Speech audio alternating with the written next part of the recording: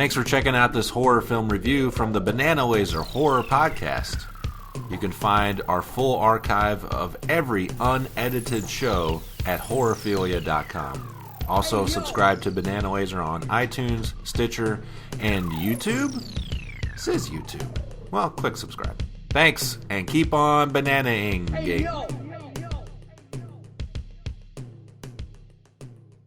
When I touch your forehead, open your eyes. Are you comfortable, Reagan? Yes. How old are you? 12. Is there someone inside you?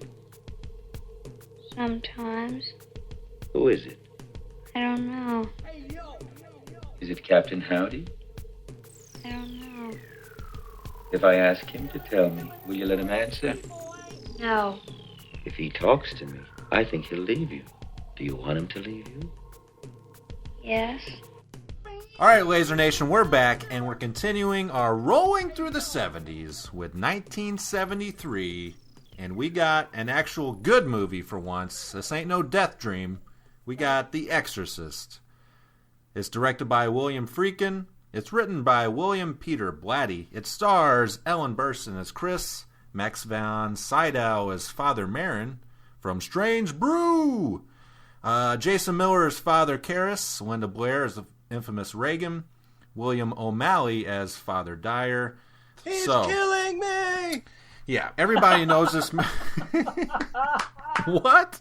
Dyer, Rob Dyer. Oh, Jesus Father, Christ. he became a priest in this movie. I didn't even make the, in his afterlife. Friday the 13th fanboys. You're supposed to be on that shit. Come on. Oh, Jesus. I'm not a fanboy. That's you guys. So, everybody knows this movie, but the synopsis: when a teenage girl is possessed by a mysterious entity, her mother seeks the help of two priests to save her daughter. Everybody knows this film except for Jason Lloyd, I think, because this is like the one movie. Oh, he's got some movies he hasn't seen, but this is one of them. Surprisingly, he sees every piece of shit under the fucking sun, but he can't watch this. I'm calling you out, Jason. Come on. I hope this podcast makes him watch the movie. I hope to God. Jesus. Anyways, before we get going here, I feel like there's a few questions that I have to ask the room before we continue talking about the movie. Question number 1. What version of the film did everyone watch to come in to discuss it today? I myself watched the theatrical cut. I watched the version you've never seen. What a terrible name for that. Can we just say that? I know, because you've seen it now. Because once you've seen it once, you can't really call it that anymore. Yeah. Yes. They changed it now, though. They got rid of that awful title finally. That's the one I watched, too, because I've watched it so many times over the past 10 years, the version I've never seen. And when I bought the Blu-ray set in October, when it was released, I watched the theatrical for the first time in a while, and surprisingly, I was missing the scenes that I got accustomed to seeing again. I saw the version that I saw before. The version that I saw before. That's great. Okay, good. So whenever we talk about some stuff, you guys can bring up the things that I didn't see on this viewing, some of the infamous things that were added in. So that's good. Question number 2 is, has anyone read the novel or any of the sequel novels? I only read part 2's novel. Yeah, the novel made after the movie. You won't even watch the fucking movie. You read the book. Imagine that.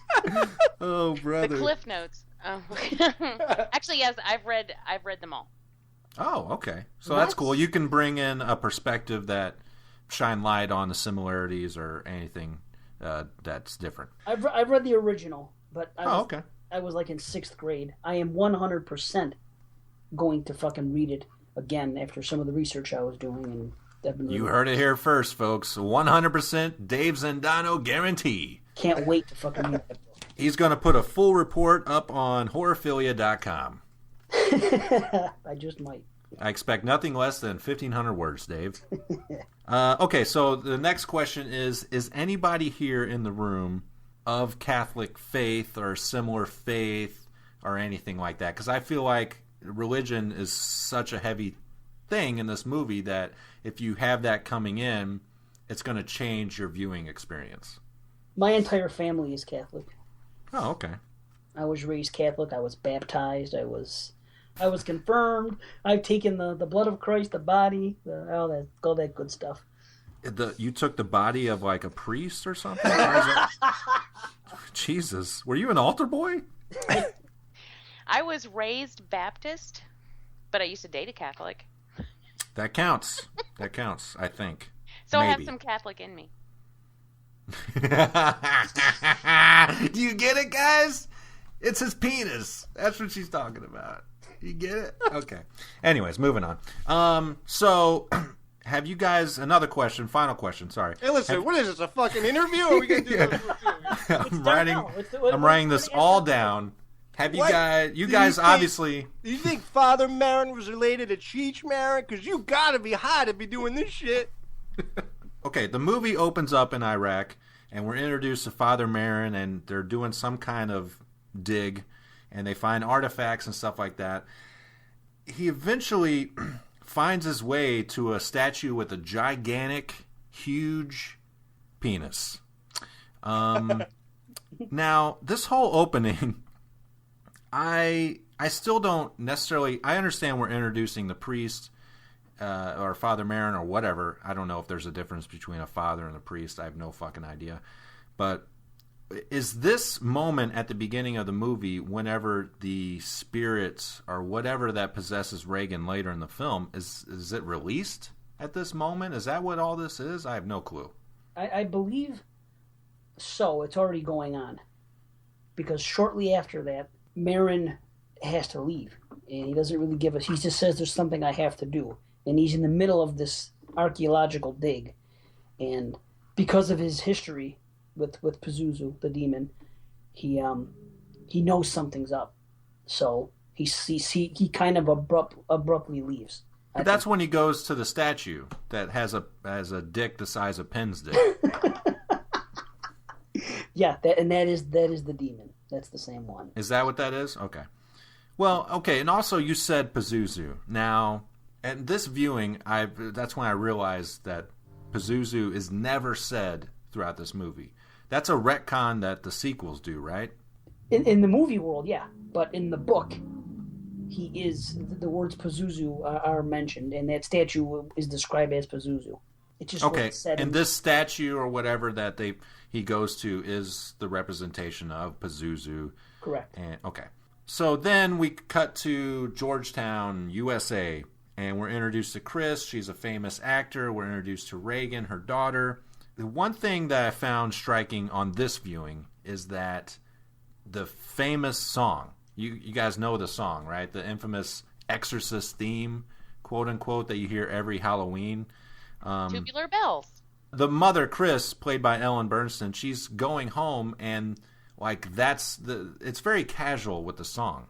And it's just funny because when you think The Exorcist, that's like one of the things you think of, I think. And it seems like that song, that was like the only time I think the song played. It seems like that needs to be like the final battle song or something like that. But it like never plays again. Only during the final credits. That's it. The very end when they sum it all up and when she's walking twice. That's it. Mm-hmm. So it's not the official theme. You know, the official theme is the the strings that are played throughout and all the other stuff. That's why this film got an Oscar for sound design. Yes. Because that's what it relied on more so than a traditional musical theme. It relied on this amazing sound design, which involved like bees in a jar and off the wall shit like that. Yeah, Billy Friedkin had bees down, or had the guys put bees down in a jar. So you can pick it out if you go back and watch it now and listen for it. You can hear it. It's really, I love this movie so much.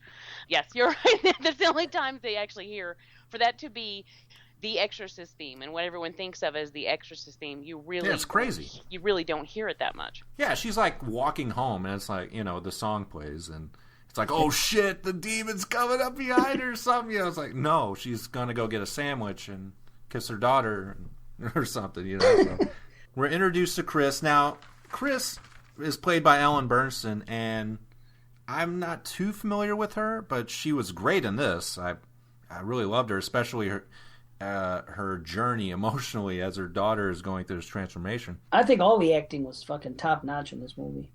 As long as you're talking about the actors. Yeah, the guy who plays, I don't know what it is, but the guy who plays Father Karras, and I don't think he's really I didn't do any research. I don't know what other films he's been in, but his whole look and it's just the way he's cut and his eyes are like super dark. I don't know. I'm like really drawn in to his character because of his look in this whole movie. And it's something about having priests smoke to me that I know it's from the 70s, but seeing them do that kind of stuff, I guess humanizes them and just makes me more relatable, or makes them relatable to me. So yeah. Don't forget drinking. He was drinking too, and all the situation with his mother. That's I really think that they picked the perfect actor to play that role. And Pacino was gonna fucking play him. How about that? They wanted Pacino to play him. Hooah! That would have changed everything. That would have taken me out of it. And that's one of the things that I like about him is it's all the things. He's very very hard chisel face and just the depth that he has and stuff. And Max von Sydow, is that his name? I know him from Strange Brew. He's the villain in Strange Brew. That's why I said that earlier. And I grew up on that movie, and so years later to see him in this was just a treat. Years later to see him in this when he's much older than he was right. in that. But this to me is so amazing because this is the only example I know of in which you put an actor in old age makeup and then fast forward, 40 years, and they look exactly like as really being old as they predicted he would look in old age makeup. It is amazing to me because when I was a kid, I thought that was really how old he was. Yeah. And then I remember seeing him. God, it was sometime either in the late 80s or something. There was a movie, there was a trailer, and it said, his name came across as like being in the film, and I'm like, oh my God, he's still alive? Because I seriously thought he was as old as he was supposed to be in The Exorcist, and then I learned. Oh, no. And as a matter of fact, he has quite the career. And then I went on to know more about him. But it amazed me because the old age makeup was so successful. And then I think it's hilarious to look at him now, and he looks just like he did in the movie. Pretty much. Kudos to the makeup job. It's incredible. It's not a Back to the Future thing where they look nothing like their older selves that they portrayed in that movie. No. Mrs. McNeil. Yes. I'm Father Mary. Come in. Thank you. Is Father Karras here? Yes. Father? He's here already. Father Karras. It's an honor to meet you, Father. In my eyes, Father Karras is the main character in the story because he's the one with the biggest arc, and he's the one, in my opinion, you guys can differ with me, that you follow the most. He's the guy at the beginning who's losing his faith, and by the end of the film, he's to some extent got it back. So how does the Catholic Church view this movie? Is it totally banned kind of movie, or do they view it as yes, it's a horrific movie, we don't do that kind of shit, but at least it portrays Catholic priests in a good light? Maybe? I don't know. This is all guesswork. I would think, if anything, it would compound belief in God. If I were them, I could see that positive aspect of it, that you'd have people running to God after this, because I think that pretty much happened after this film. Like Jaws, like after Jaws, people stayed out of the water. Yeah. After this film, people ran to God. So I think they're like, oh, I need Jesus. Jamie, you and I share that about Jaws, in that I've heard you on other shows talk about how you'd get out of a pool if you thought about it too much. Me too. I'd be in a fucking pool. I'd probably do it now. That movie changed my life so much. Well, thank you. Everyone always tries to make me sound crazy whenever. No. Allahu Akbar. Allahu Akbar. Allahu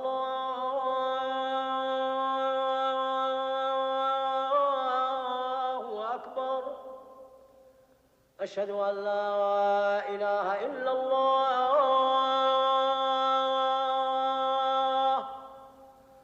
Ashhadu an la ilaha illallah. Alex, can you hear me? Your mother sucks cocks in hell, Garrett. Alex, are you afraid of this movie? Well, it was the first time I think I experienced fear in a movie as an adult, because I was 21, And I was freaked out when I saw it in the theater. And I'm not really sure I felt that same impact. Because that was like, they've revamped everything. The sound was better than ever. It's in a theater. The sounds are coming from other places in the theater. And it was your first time. You don't know what to expect. So I don't think it still scares me. But yeah, this definitely was the scariest thing I saw to that point. I got scared when the clock stopped. That part scares me. When Maron's in Iraq and he's talking to the thing and he's looking at it, he says evil against evil, and he's looking at the thing, and all of a sudden that clock stops. That's scary to me. I don't know why. It just spooks me out. The very first time I saw it, as long as we're talking about Catholics and Christians, there used to be a show called Davy and Goliath. Hey, Davy. Oh, yeah, I know what you're Okay. doing. Well, there was an episode. Dog, right? A kid and a dog? Yes. You should kill that guy, Davy. There was an episode of Davy and Goliath, and it was real trippy. I don't know what happened, but Davy was getting into some trouble, and his father said, I think he wished for his family to go away or something on this episode. It was pretty fucked up, and his father told him, think about it, Davy. What would happen if that was to happen? So I think he went to sleep and had a dream. And in the dream, Davy's walking around his living room, and all of a sudden the clock stops. And then you hear his dad's voice over and over again going, think about it. Think about it. And that always freaked. I only saw it once, and to this day it stuck with me. And I think that all just takes me back to that.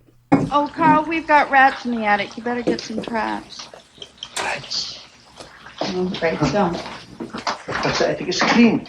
All right, then we've got clean rats. No rats. I just heard them, Carl. The first 30 minutes are really good. I love how they introduce all the characters and stuff like that. I feel like by today's standards, people will find this horrendously slow and stuff like that. But I feel like there was no moment in the film that you could really take out. Because if you don't find out who these characters are, then nothing is truly horrific by the end. So I love the pacing of the beginning and all the little spooky stuff that's happening throughout the house. The mother thinks she hears rats upstairs, and her daughter Reagan is talking to somebody called Captain Howdy. I love how it's just like nonchalantly thrown in, and then later it's like, oh fuck, Captain Howdy, who are you talking to on this Ouija board, is a fucking Pazuzu or whatever, a demon. Hey, where'd this come from? I found it. You been playing with it? Yep. You know how? I'll show you. Wait a minute, you need two. No, you don't. I do it all the time. Oh, yeah? Well, let's both play with it. You really don't want me to play, huh? No, I do. Captain Howdy said no. Captain who? Captain Howdy. Who's Captain Howdy? You know, I make the questions and he does the answers. Oh, Captain Howdy, I see. Nice. Oh, I bet he is. Here, I'll show you. Captain Howdy, do you think my mom's pretty? Captain Howdy? Captain Howdy, that isn't very nice. Well, maybe he's sleeping. Now, was that how you think? Like, why did the demon choose Reagan? Was it just completely random? Was it the Ouija board, whatever you call it? I think it was a combination of things. Yeah, I think the idea was that the Ouija board is how she opened herself to it. Mm-hmm. But then Father Maron makes a statement in the end that he chose a child to make us lose hope, or something like that. I don't remember the exact words he says, but basically to give us a feeling of hopelessness if a child can go through something like that. As far as the amount of character development we get, I think it's completely essential. And one of the beautiful things about this film, Brian and I often refer to this period or films like this as back when horror films were made for grown-ups. You know, people with an attention span longer than a gnat, where you actually cared enough and you wanted to get to know your characters, and you needed to get to know your characters so that you could care about what happens to them. You know, if I don't know anything about these people, why the hell should I care? Yeah, well, it's a 2-hour movie, and they're taking their time.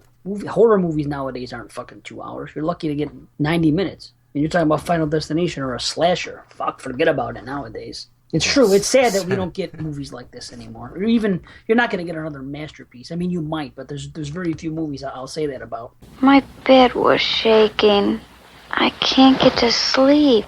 I guess it's around 30 minutes where we're I guess, quote unquote, something happens. A priest at the church that's near the house discovers a desecrated statue. This statue looks like where Madonna got her idea for her big bra outfit for some of her tours. Yep. What was literally done to this statue? A giant dick and some giant boobs were put on it, right? Like horns, right? It looks like skinny horns coming out of them, out of the nipples and where the dick would be. A pointy dick. So are we to believe that possessed Reagan went... I mean, it shows later in the film she's doing shit with clay and stuff like that. So I got to piece it together that that's what this shit is, and she went down there in a possessed state and did this? I don't think she did it. I think the demon did it. Yeah, but can the demon do anything outside when it's not inside someone? Well, then maybe it was Reagan. It's her paint. I know that much. Yeah, that's what I mean. The thing this time is I noticed the detective found the clay. Then he finds the clay statues in the thing, and I was like, oh, that's what that shit was on that statue. Right? Very good. Fucking A. Wow. You're right. I mean, I knew that about the statues, and they resemble fucking the statue of Pazuzu as well. The bird and the fucking other one she makes, and there's some other stuff. And I knew that, but I didn't think... I never put two and two together that she actually went there, her physical self, and did that. I just thought that as something otherworldly, or that, the demon did it. But I think you're right. That I never considered, I know the importance of her little clay figures is that Kinnerman finds a little clay figure at the bottom of the stairs when Burke gets killed, when Burke Denning gets killed. So that's how he puts together... that there's something weird going on, and why he wants to talk to her so much. I think there's so much going on story-wise that the possession is just like a part of it. You have the Karras character, the faithless preacher, what's going on with his mother. Obviously, the possession, the situation between her and this demon and her mother struggling with it. But the big thing, it really is about fucking the demon versus Marin. As far as I'm concerned, that's what this whole thing was about. This demon trying to take revenge on Marin, and specifically everything had to happen. Well, how about this? If that's the case, and the demon came from Iraq, where he was, why didn't it just stay there and possess somebody there? Why did it go all the way to America? And then, on top of that, from a filmmaking standpoint, is it wrong to tell a story about these two, and Father Marin is only in about 30 minutes of the film? Like, should he have been like the main character? Well, the demon had to play up to it. That's what it is. The demon had to gain strength throughout. It didn't want to fight until it felt it was strong enough. Everything happened for a reason, coming from the perspective of the demon. I tend to think more like Matt in that the story seems to center around Karras because we do know so much about him. We know about his mother, and we spend a lot of time with him. And with Marin, we are aware that Marin has a history with an exorcism, but we don't really know any details about it. I mean, I personally feel like it's the journey of Father Karras going from losing his faith to the point where he considers quitting the order or being transferred out of the situation he's currently in, to the point where he ends up sacrificing and making the ultimate sacrifice. For me, the more I've learned about the movie and the more I've watched it, and from things I've been reading lately as far as research, I've really been sucked into that whole story, which I think is going to be more evident in the book. But I just like the whole story about, the demon wanting to battle Marin again, and everything that the demon does throughout eventually leads up to that. Well, she let loose quite a string while I was examining her, Mrs. McNeil. Well, I find that hard to believe. What'd she say? Her vocabulary is rather extensive. Well, give me an example. Like what? Specifically, what did she say?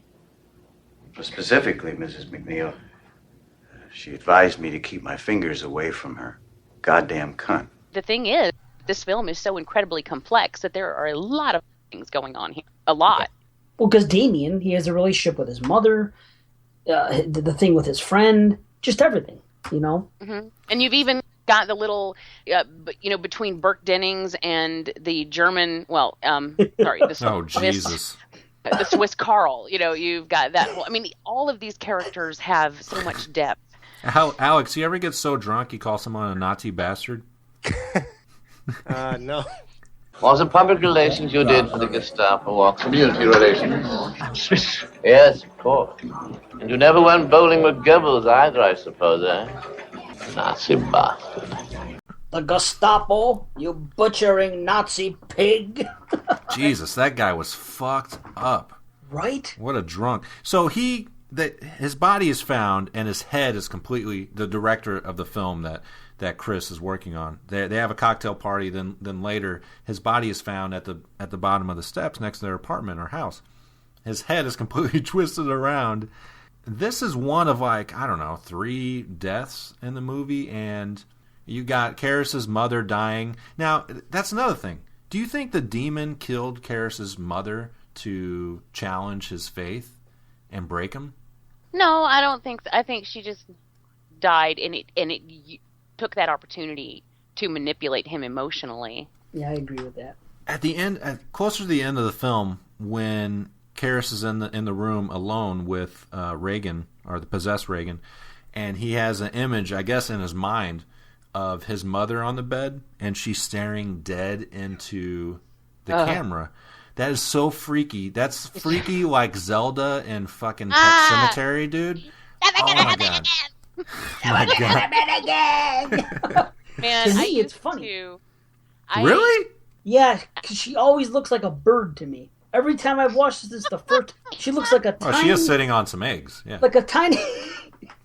She doesn't look like she's. When you see Mrs. Karras throughout the movie, she does not look like that lady in that scene. She looks like she's fucking 50 pounds lighter. Her hair is much whiter. She looks like a bird that hasn't eaten in 3 days. And she looks real frail and fucking weird. But since the first time I saw it, all I could think about is a bird when I look at that scene. Yeah, I think that's probably one of the creepiest images in the film. That, and there's another one.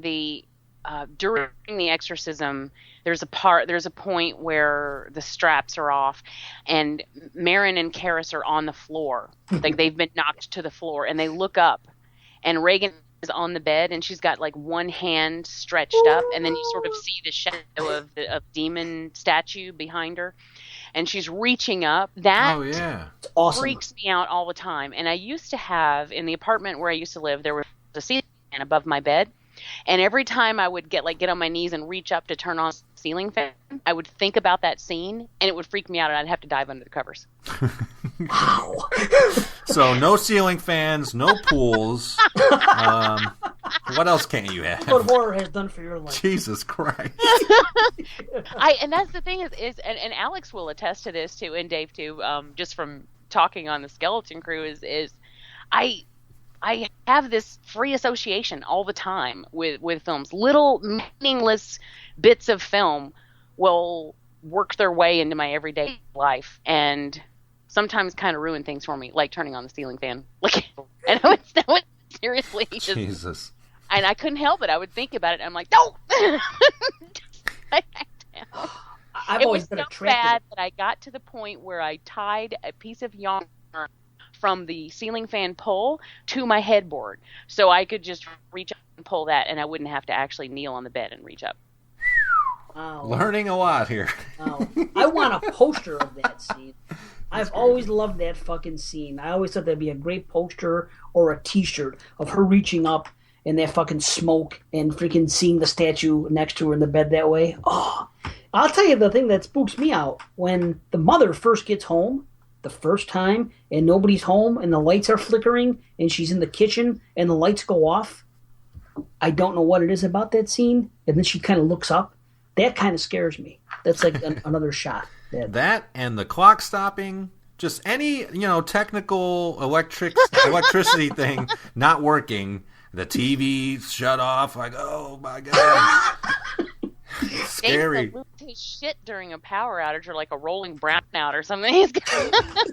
Yeah, screw the bed shaking and kicking the Reagan off the bed. Nope, it's the lights. It's scary because she's all alone and just Reagan's upstairs. I don't know. I just could imagine that being a scary situation to come home to an empty house and it get dark that way. And I don't know. And so Matt, you watched the theatrical version. Mm-hmm. And then we watched the other version. And in the other version, there are more insertions of the face. A crucifix? The flashing. Yeah, I think there are only 4 insertions of the crucifix in the theatrical version, but in the uncut version, you get like 7. But no, of the flashing face that you see, the demon subliminal, face. Yeah. Subliminal demon face. I counted 3 this time. Okay. And I think there are more in the version. There are some additional ones that don't show up in the theatrical version. And they're just in weird places. Like there's one in the kitchen. And it's just weird. It's just where you don't expect it. And it sneaks up on. It's like a little mini jump scare, out of nowhere. Yeah, that jump scare. The phone ringing. That makes me fucking jump sometimes. You know what I'm talking about? Another thing that's scary. Of all things. When fucking Karis was listening to the tape of them talking backwards, let her die. That whole fucking thing. Yeah. And you're focused right in on with it, and all of a sudden that fucking, that phone from the 70s, the old rotary phone, fucking rings really loud. It makes me jump sometimes. It's the same thing with the candle when she's up in the attic. And the quick flare. Why did that happen? Gas? That's what I always thought. There was a gas leak? Spiderweb. Oh, really? Spiderweb? A spiderweb made yeah. Wow. Yeah, I mean, as she was walking through, the flame hit a spiderweb, and that'll happen if you touch flame. I want to do that. I do want to try. Father, what do you know on the subject of witchcraft? I once did a paper on it.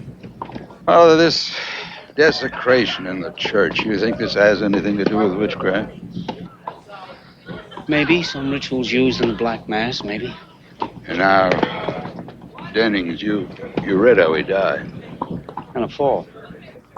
Perk Dennings, good father, was found at the bottom of those steps leading to M Street with his head turned completely around, facing backwards. Hey, but I want to go back to the face of the demon. That was played by a chick named Eileen Dietz, who she had done some of the stand-in stuff for Linda Blair as a child, because she's like a petite woman. I don't know exactly how much she did, but she did some of it. Maybe more of the physical stuff. I don't know. But this just came out, but there's a really interesting podcast that she is on where she specifically talks about her working on this film and the stuff like that. It's fucking phenomenal. It just came out a few weeks ago. It's called I Was There Too. That's the name of this podcast. Nice. The host, Matt Gorley, he invites on people in smaller roles on films, and her interview was just fascinating. Well, I was on an episode of Cinema Beef with Gary Hill, and it was called the Exorcist Extravaganza, where we covered all the Exorcist films. And Repossessed? Yes. And Repossessed. And we had an interview with Eileen Dietz on that show cool. as well. And she talks about stuff like that. And she actually talks about how she was pretty much shunned after this because everyone wanted the focus to be on Linda Blair for this role. And no one wanted her to get any attention for this because they were trying to push the focus toward Linda Blair. And that sounds kind of fucked up. But I also, after that interview, I bought a copy of her book that she just put out where she, which is a very good book. It's really interesting where she just basically, she talks about her life, but she goes into a lot of that stuff too. And she is a really fascinating, interesting, nice person to talk to. So I definitely want to hear the interview you're talking about. I'll look that up because I thought it was a whole really. I had no idea that any of this stuff really went on behind it until it started to come out, a little bit here and there. But I actually talked to her. I didn't realize how bad it was for her. I think she also they used did her. like Matt said, the demon face too. Like whenever you see the demon face pop up. Yes, that's the thing. That's her. They don't give her credit for that. That's how I think she gets fucked, because Friedkin does say that was Linda Blair in fucking test makeup that was rejected, and he's wrong about that. So she got the raw deal there. Yeah, She did. Right. She got fucked over, and so I recommend that people check out her book, as well as listen to the interview you're talking about, and go check out the interview that I did with Gary because that was pretty fun. So. But you know who else got fucked over? But it was her own doing. but she still had to sue to figure it out, was that the girl that did all the sound and the voices, that Mercedes McCambridge. Yeah. Mercedes Lane? Yeah, Mercedes Lane. From License to Drive? Fuck yeah, nice. No, Mercedes McCambridge did all the voices. And for all of, Reagan's voice. The demon voice stuff? Yeah. Mm-hmm. She talks about how Billy Friedkin made her like he would make her drink raw eggs and bourbon and smoke cigarettes and all this stuff to rough up her voice to make it sound even, because she naturally has a deeper voice. So he would put her through all of this crap to make her voice sound the way he wanted it to. He punched her in the throat. They strapped her in a chair, for that matter. And they freaking did things with sheets of paper and they did all kinds of fucked up torturous type What? shit. Like gave her paper cuts and shit? Things like that, yeah. The fucked up shit. What? And but now, check it out. She volunteered to take alcohol. She was a recovering alcoholic and she hadn't had any alcohol. But she wanted to do it because she knew that she would do a better job with her voice by doing this. So she actually had requested for and had her priest there for counsel during that, because she knew she was going to be battling her own fucking demon, if you will, by drinking alcohol. But she fucking volunteered to do that because she was so dedicated to making the voices sound as as quality as she could. So I guess Friedkin fucking praises her for it, because he's like, she was so dedicated. But initially she didn't want her name on it, and then after it came out, she said, well, now I do, and then something else happened. And then I'll take that check now. Well, then let's introduce ourselves. I'm Damien Karras. And I'm the devil. Now kindly undo these straps. If you're the devil, why not make the straps disappear? That's much too vulgar a display of power, Karras. So yeah, at this point in the film, the mother is taking her daughter to see doctor after doctor after doctor. Awful. And it has one of the in this series in this part of the film, it has one of the freakiest scenes to me. And I want to know if you guys feel the same way. It's like the first time she goes to a doctor and they're doing tests on her. Awful. And they fucking stick this fucking goddamn needle in her neck and it spurts out. Yeah. And then they put her in this goddamn machine and it's like a fucking cannon shooting over and over again. That to me is like the freakiest shit in the movie. Oddly enough, it has nothing to do with the fucking demon possession or anything. It's just, and it's probably normal hospital shit. But, I'm like freaked out by it. You don't see that shit. When do you see things like that?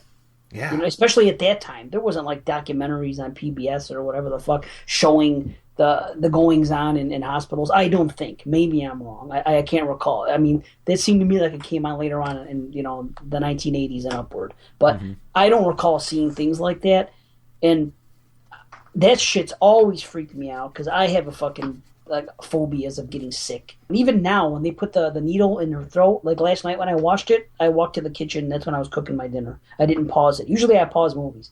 But if I know something's going to happen, I just get up and walk away for 20 seconds. Because that shit, it really disturbs me. And especially now being a daddy. To ever have to witness something like that, it would be the most horrific fucking things thoughts that I could have in my head. It's a terrible thing. Yeah, talking about this hospital scene reminds me we got an email from our good friend Jackson Garland, and he really loves this film. He saw it at a very early age, like 5 or 6, and he said that scene in particular, with the blood spurting out, probably traumatized him the most. Another cool thing, though, is that he took a field trip in 8th grade, he says, to Washington, D.C., and he got to visit the infamous stairwell where Father Karras falls to his death at the end. He also says, this is pretty funny, he's seen the movie so much that he knows how to say "Your mother sucks cocks in hell" in several languages thanks to the subtitles and the dubbing on the DVD. Weird. You ever heard of exorcism? Well, it's a stylized ritual in which the rabbi or the priest try to drive out this so-called invading spirit. It has worked, in fact, although not for the reasons they think. Of course, it's purely a force of suggestion. The victim's belief in possession is what helped cause it. So in that same way, the belief in the power of exorcism can make it disappear. You're telling me that I should take my daughter to a witch doctor. And then, eventually, she goes through so many doctors and psychiatrists, I think, too. But one of the doctors recommends that she takes the daughter to have an exorcism. Like, is that not the craziest thing in the world? A doctor's like, well, you might want to go see this voodoo priest in the jungle or something, because we got nothing. Well, the way they present it, that seems almost typical of how they would do it, too. They go purely, it's suggestion, but you could take them and the possessed that believes they're possessed. Shit ain't real. It's psychological. It's typical fucking science/doctor shit that, not that I'm, making a case either way. I'm just saying that's just the way they talk. They refuse to acknowledge any type of, otherworldly thing or religion or anything. And I could see them doing that. Yeah, she goes and finds Karis, who is not just a priest, but he's a psychiatrist as well. So she's suggesting that, hey, why don't you do a fucking exorcism on my daughter? It's crazy. And he's like, we don't do that. It's like, I don't even know how to do that. You need a time machine to go back to the 16th century for somebody to know how to do that. And when he says that, of course, I'm a time travel fan. I'm like, ooh, is Doc Brown getting ready to pull up in this motherfucker? Marty, we have to go perform an exorcism. Hop in. It's your kids, Marty. It's Reagan. What is she, an asshole? I've never met one priest who has performed an exorcism. Not one. Yeah, well, it just so happens that somebody very close to me is probably possessed and needs an exorcism. So yeah, and then eventually after she breaks him down, he goes and sees her, and this scene is phenomenal. It's not an exorcism scene, but it's like the first kind of match. It's like WrestleMania, like Dave was alluding at. It's like there's the smaller matches before the big finale or whatever. Right. I'm guessing that's how WrestleMania works. I don't watch it. Well, that's like boxing. You have the undercard and you have the main event. Sure. Okay, there you go. Anyways, so at this point, Reagan is full on demon face, fucked up, scratched out, just not even resembling herself anymore. He walks in, and the first thing she says, it's, What an excellent day for an exorcism. Oh, what a great fucking line. I think everything that Reagan says, awesome, as she's a demon is phenomenal. Mm-hmm. I mean, it's all vulgar, but it's so awesome. I find it crazy that, because she really said this stuff, right? Yeah. Isn't that crazy? Well, can you imagine asking your daughter to do that? She had to have said it because she mouthed it, right? Yeah, and I saw that interview with her. She was talking about it. And she goes, to me, they were just words. I didn't really know what I was saying half the time. Jeez, yeah, fuck her in the ass with your cock at the right. end. That's what like, she whoa, said. My God, Jesus Christ! And she's like, they could never have gotten a Catholic to do this movie because they will already be afraid of things like that. She goes, because I wasn't a Catholic, to me the devil was the same thing as Dracula or fucking whatever, the boogeyman or something like. It's just another monster that doesn't exist. You know what I mean? So.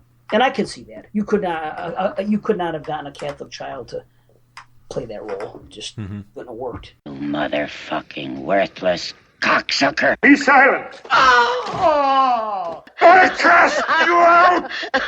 Unclean spirit! Shove it up your ass. In the name of our Lord Jesus Christ! It is he who commands you! He who plunged from the heights of heaven to the depths of hell! Fuck him! Be gone! Fuck him, Garrus! From this creature of God! Yeah, so this is all escalating up to the big showdown, I guess. Karis is obviously not prepared to handle any of this because in that scene I was talking about earlier, I think that's the first time where he gets jizzed on by the green vomit. And they realize, hey, we're not fucking prepared. Who is? Father Marin. He's done this shit before. There's going to be 2 prequels about it. Just wait.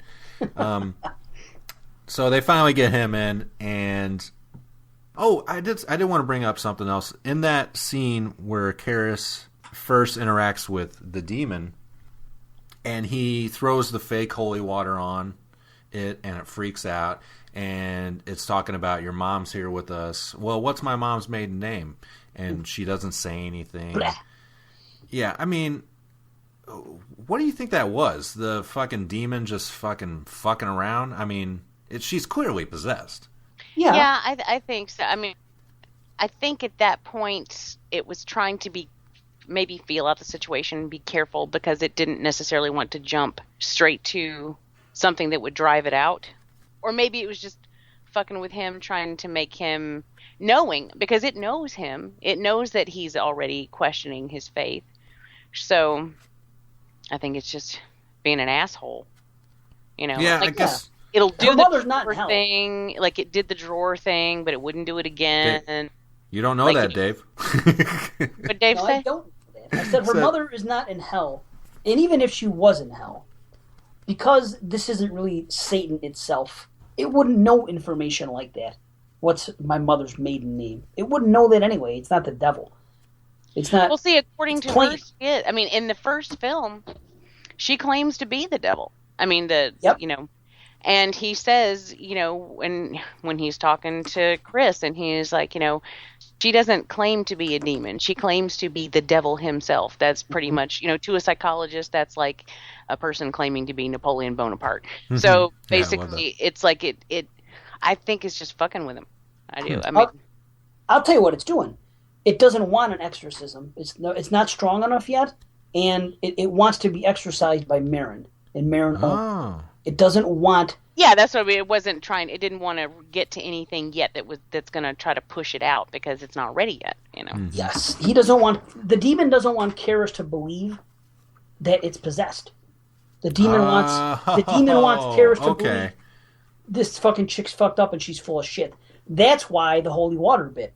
That's why she reacted that way to the holy water, knowing that it wasn't holy, just so he would think, well, she's lying, crazy or lying or whatever the fuck. This chick is not possessed, and that's why she even asked for an exorcism and says it'll bring us together, because she's trying to fucking say things, but it's all about Marin. It's all about fucking. She's gaining. It's gaining strength, and it does not want. It wants an exorcism eventually. But it wants an exorcism with Marin. And Marin. Yeah, I mean, it is specifically about Marin as far as the demon. Well, hell, the name of the movie is The Exorcist, and Marin is the one on the poster. So, I mean, the point is for it to bring Marin. It doesn't want anything to happen until Marin is there. You know, anything to jeopardize it coming back together with Marin, I guess. Mm-hmm. Mm-hmm. You know, it's very clever and yes. And demonic. Yeah, like that's evil shit. It's awesome. Yeah, it's fucking badass. I love it. That's the type of evil that I'm attracted to. I think it's fucking sweet that it behaves that way. You know, like I'm not attracted to the fucking evil that I saw in Cannibal Holocaust with those assholes and the shit they did to the animals and the shit they did to the fucking tribe there. They're just mean-spirited, evil people. That type of evil, I have fucking. It's awful to me. It's fucking just despicable. But this type of evil, for some reason, to me, is humorous, and I'm attracted to it. I don't know what that says about me. I've always been attracted to the satanic characters in film. Yeah. There's something about that, and they're always snappy dressers. Yeah, they're charismatic. Yeah, exactly. You know, whenever you see actual Satan portrayed in film, he always dresses really nice. He has a pitchfork. He's usually good looking, and that's the way I like to see him, because I feel like if the devil were to personify, if he were to, you know, show up to anyone, I think that he would be a Viggo Mortensen, or he would be Al Pacino, Ryan Gosling. Yeah. You guys know that if you look at Reagan's, remember when Kinderman is looking at the detective is looking at the her papers, and he sees the one picture of a tree with fucking birds hanging in it. Mm-hmm. You know what I'm talking about? Yeah. If you fucking pause that and look at that upside down, those birds all resemble fucking Father Marin. What? With a hat on. Yep, it's a fucking thing. Because they Karis's mother. What do you mean? Like it's like it looks like him? They did it intentionally. It's a fucking little, like an Easter egg, if you will. It's a fucking a thing they do. Did that. Very you cool. Pause it, you look at it, you check it out upside down. You gotta like a get bunch of little tiny on your mirrors. head. What's that? You gotta get on your head. Do a headstand. Well, I just paused the Flip TV. over your TV. Looked at it from the other side. Oh, okay. See, I'm not so dumb. And they keep showing that fucking bird every time they go down there and have that conversation because the bird looks like Pazuzu, the way it's fucking positioned and shit. With a giant cock. Yes, with a giant cock. It is a cock. Yeah, the statue. How could you not? How did that not pull you in like the fucking Death Star? Jesus Christ! I always noticed the big head and the one hand. Death Star. It got its own credit. They show this fucking his cock in this. Really? Oh my! It's bigger than it's fucking. It's like half the size of its arm. It's gigantic and it's erect. Is this true? Have you noticed this cock, Jamie? Not the first time she's been asked that. Well, I figured have you seen this cock before? I want to make sure you're not crazy, or that I'm not crazy. It's not like it's like a third leg, but it's not a leg because it's standing at a fucking 45-degree angle, ready to fuck. I'm always blown away by the one paw being up, one hand, how Reagan does it later on in the film, which I always fucking love. Mm-hmm. It's fucking badass. But I never noticed the cock. I guess I'm too focused on. Yeah, well, in the desert when Father Marin is standing looking at it in the desert, you know. Yeah, awesome scene. Yeah, it's there. It's pretty unmistakable. Wow, I'm too focused on the gravity of that scene. Dave, we get it. You're not gay. Okay. Jesus Christ. I saw the big giant dick. I see what I want. Okay. Oh, brother, we're learning a lot about everyone tonight. Okay. You know what that is? That's the face-to-face for the main event. You know how when they have a boxing match and you see the tail of the tape? Tail of the tape. Yeah. Yes. So there's the main event, which that's what I'm calling the final exorcism, and that's Marin versus Pazuzu, and that's it. It's fucking beautiful, too. But yeah, and the way the sun there, and then how it glows into that one fucking scene when they first enter Georgetown, that swooping shot like in Psycho. Are fighting in the background. Yes, the dogs! You guys think the dogs are fighting because of Pazuzu being there? That's what my stepdad told me when I was a little kid, but I don't know if it... I just think it's an evil area. It's just just bad things going on. Yeah. And while I'm asking dumb questions, in the beginning of the movie, you know that part when Marin is getting ready to leave Iraq and he walks and all those Muslims fucking bow? Mm-hmm. They're bowing to Mecca or what have you. They all bow on the blankets and he walks by and then as soon as he passes them, they rise. Are they bowing to him or is that just coincidental? Coincidence. Okay. Yeah. I could buy that because they're supposed to be facing east or something or other. Right. But that's all. I used to think that they were bowing to him because it really is timed perfectly. He arrives at the beginning of the line, they bow. He gets to the end of the line, they rise. Can you imagine if they were like playing the Shaft theme as he walked by? It's like, Father Marin. What a badass. Hey, I think we've got a guest. You're gonna die up there.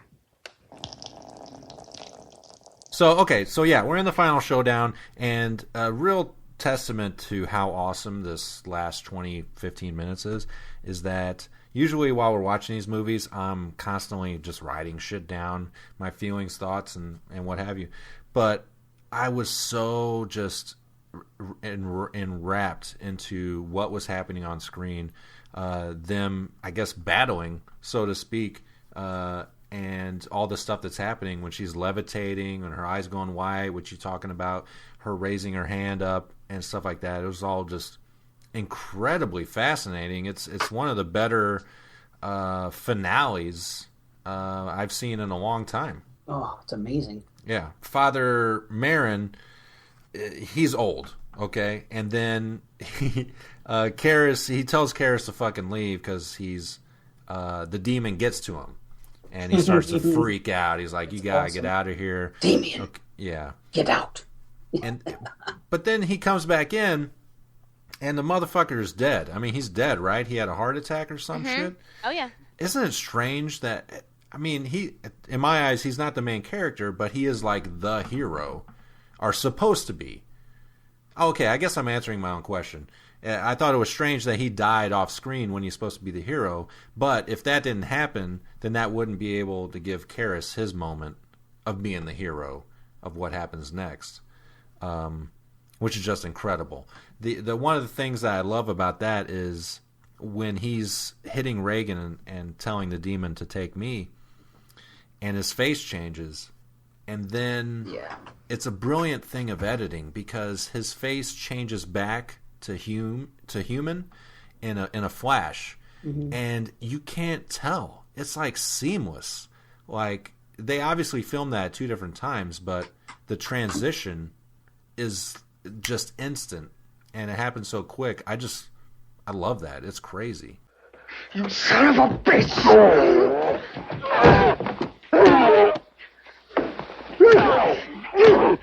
Take me! Come into me! God damn you! Take me! Take me! I agree with you. It's amazing. Oh God, it is amazing. It's very effective. Yeah, but it makes sense that that happens because the story, being centralized. It's his story. Yeah. On him and the faithless slime and fucking all that other shit and his mother and everything. How at the very end he finds himself not losing his faith, actually doing the most selfless thing that someone could do, especially a follower of Christ, is give their own self for someone else. So he comes full circle. Honestly, what happens with Marin? I mean, it's sad, but it's just what the demon planned. That's all it wanted to do was torture this little girl and kill her in front of Marin and then fucking kill Marin. And Karras was inconsequential. He was a pawn. You know what I mean? All this demon wanted to do was get revenge on fucking Marin. And the demon knew that it would probably tickle Marin because he was old. The thing aged him, the exorcism from last time. We know he has a bad heart, everything else. This thing baited fucking Marin to come in just to take it out, and it did. I just wish it was a bigger moment, I guess. Oh, I think it doesn't have to be a moment because the aftermath of when he comes in there and the fucking the look of that she has, she looks like a fucking pimp. She's sitting there in the corner like that, all fucking nonchalant with her fucking one arm. Yeah. Oh, it's great. She's so like cool. A pimp. And then she looks, she's like, yeah, motherfucker, cool as fucking ice. And then he looks over and she does that laugh. She makes that face and she does that devilish laugh. That is so fucking badass. That's all you need to see is the aftermath. Yeah. And the way he fucks with her, because it accomplished everything it wanted to accomplish. It fucked with Damien so hard about the mother that it flipped him the fuck out. He was fighting it. Finally, you're not my mother. And that was it. He's like, Marin's like, okay, this guy's flipped the fuck out. Get out. Step aside. Fucking grown men are coming in here. And he's thinking he's going to handle it. Guess what? Nope. Shit got fucking flipped on him. He gets killed. Fucking demon wins. But then demon doesn't win because of the selfless act of the once faithless preacher. So everything comes full circle. It's perfect. It doesn't need to be seen. Because who wants to see that anyway? Would you rather see the guy clutch his heart and fucking be shaky and go down? Well, no. I just mean, I just wish it was something different. I'm not saying I want to see a guy have a heart attack. I just mean a moment. I just want to see some moment of something. Well, it does seem to kind of trivialize his presence. That's what I mean. He's supposed to be the hero coming in, and you don't even see him get beaten down. I used to feel like you do. Now, I feel differently about it. Just because I'm so into the backstory of Pazuzu and Marin. Mm-hmm. That I think that's really cool the way it plays out. Pazuzu. I can't say a bad fucking thing about this movie whatsoever.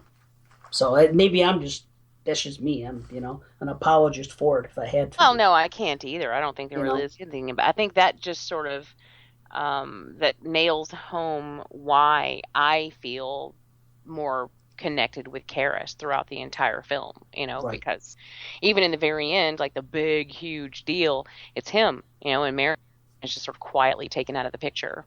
So I always thought it was interesting that it was the Exorcist, and then Marin's on the poster, and then he really doesn't play that big of a role. Now he's the Exorcist.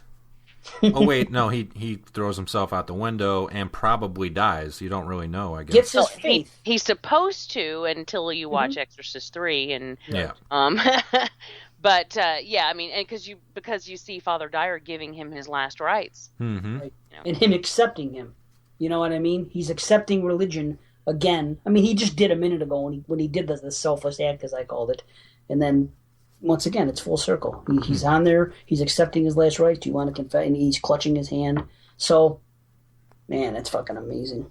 Yeah. So, and then the mother and the daughter move out of town because why the fuck would you stay there? And Reagan seemingly knows apparently nothing, but she sees the priest's collar and kind of sparks something, and she gives that guy a hug and a kiss. So she knows something's up. I guess we're going to learn in the sequel. All right,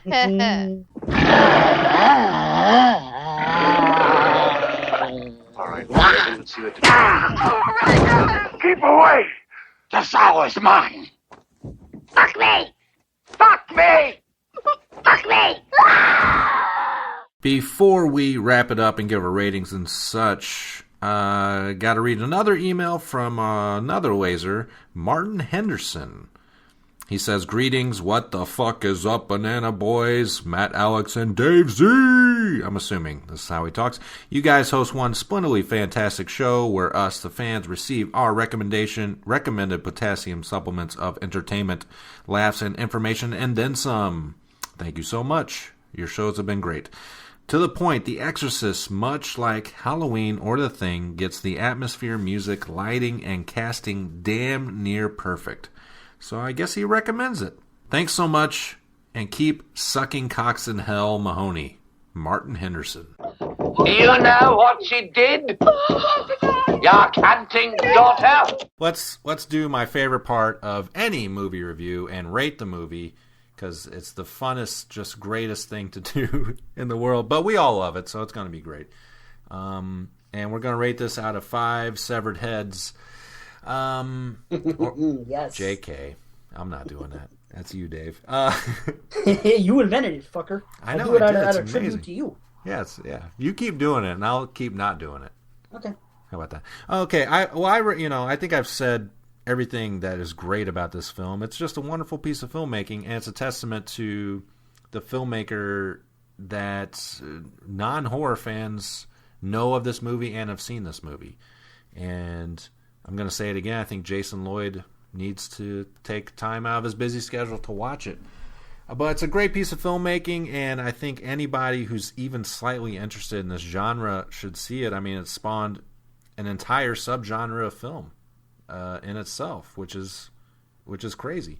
That's a testament to it. So, but like I said earlier, ultimately it's not necessarily the kind of story I gravitate towards, the whole possession thing. So just for me personally, I would take it down a notch for that. So I give it a 4.5 out of 5 stars. It's a great film. I loved it. Not Dave bad. Z. Not bad. Well, it's fucking... It's a 5-star movie. It's this and The Shining are my favorite movies. Bottom line, that's all there is to it. I always claim The Shining as one when I had to make the list, and I think it's just The Shining is more of a cult thing, so it feels better to gravitate to that one if I had to pick the one over the other one, because The Exorcist is kind of mainstream, if you will. But when you get right down to it, I can't say what's the better film. To me, they're both masterpieces, and it's fucking amazing.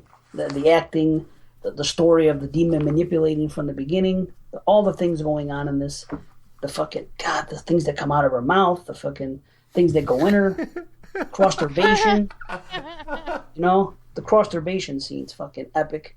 It's just, man, it's 5 stars, man. This movie blows me away. Jamie Jenkins. Well, this is a 5 for me. I consider this a practically perfect, if not perfect, film. I really have nothing negative to say about it. And there are only a handful of those that I believe exist, and this is one of them. There is a reason that whenever you see people do lists of best horror films ever made, or scariest horror films ever made, or whatever, there's a reason that this film frequently lands at the top.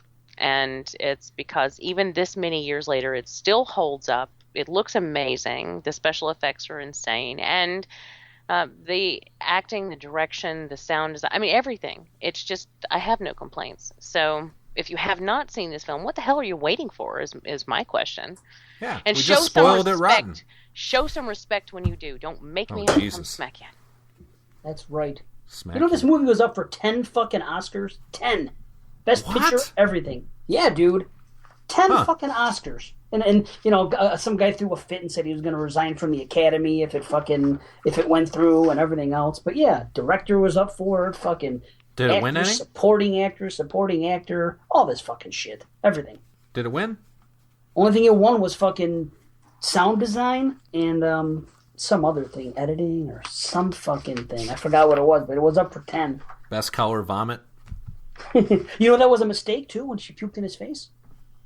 It was supposed to be on his chest, and they fucked up on that one scene. It was kind of like the Kevin Bacon Friday the 13th kill where they fucked up, and the look on fucking Karras' face is real because that wasn't supposed to happen. He was disgusted by it. Yeah, that's why I always say too. I'm like, oh, I was aiming for your chest. I'm sorry. Sex joke. All right. I'm kind of afraid to ask Alex Edwards. What do you think? I have nothing negative to say about this movie. I think the testament to it is that all these Exorcist movies and possession movies come out after it, like all these ones from, you know, like the story of Emily something and all that. Emily Rose, yeah. Yeah, and like none of them even approach this, and this is 1970. You know, like I just can't believe that in 40 years they cannot top something. You know, the origin of the possession movie in this style. So I think that alone, I mean, and like you said, it's not my type of movie exactly. It's not like a favorite. I don't watch it often. I don't really think about it. But it doesn't mean that it's not great. So just because it's not a personal thing, I'm going to also bring it to a 4.5. Hey, yo. All right, guys. Well, that's The Exorcist. Banana bites in the dead of night.